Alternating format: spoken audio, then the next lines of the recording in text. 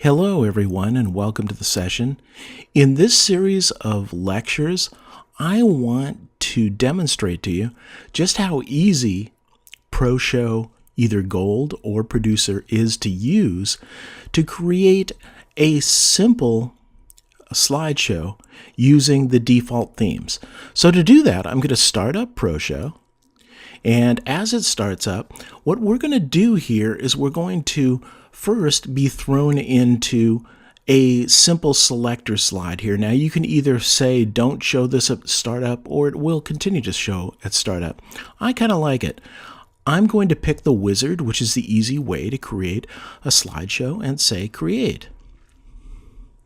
Now it loads the wizard options, and here they all are, and I could scroll through them. I think there's about 30 or 40 wizard options.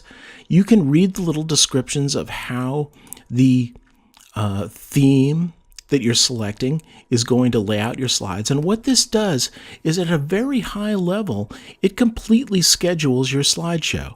So this is the highest level at which you can create a slideshow.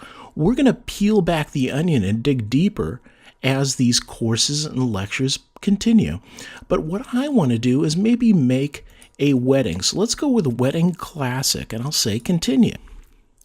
Now the next thing that ProShow is asking me for is to add some content, some wedding pictures from the particular wedding typically that I'm recording, but in this case I found some generic wedding pictures. And what I'm going to do is I'm going to click on the first and hold shift and click on the last. That'll select them all. And I'll say, yeah, go ahead and open that. So there, now I have 8 wedding photos in this particular theme. And for now, at least, we're going to trust that the theme is going to lay out these pictures the way that we like. And let's see how that turns out.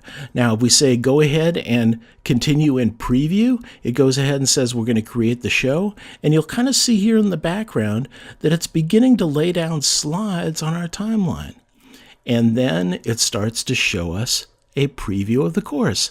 Now, I'm going to say go ahead and apply this to the wizard. And here's our timeline, which shows slides and transitions. And notice that they have different colors, different layouts. The theme has decided how this slideshow is going to look.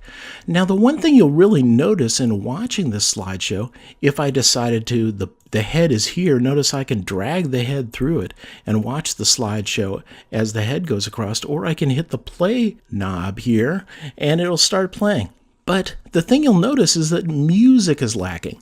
Now, ProShow comes with a fantastic music library, and if I go to it, I can sort by all these different categories. I've selected weddings once again, and if I want to hear what a sound sounds like, or hear what a song sounds like, I just click on it and start listening.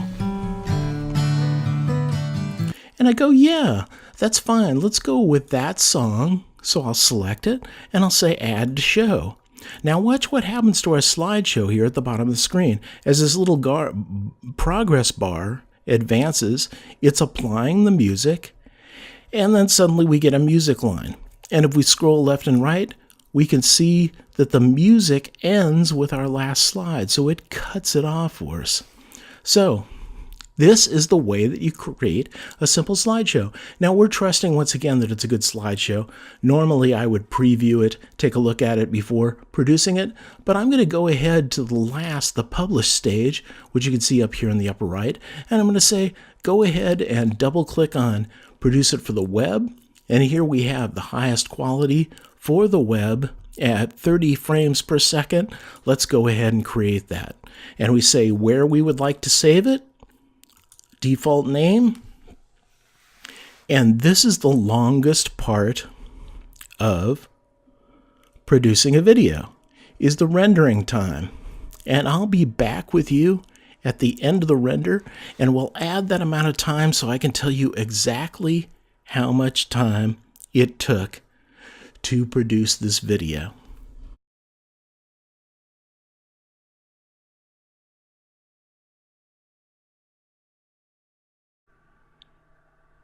Now notice that as this slideshow has been producing or rendering, it actually gives us a little mini preview of what we're getting.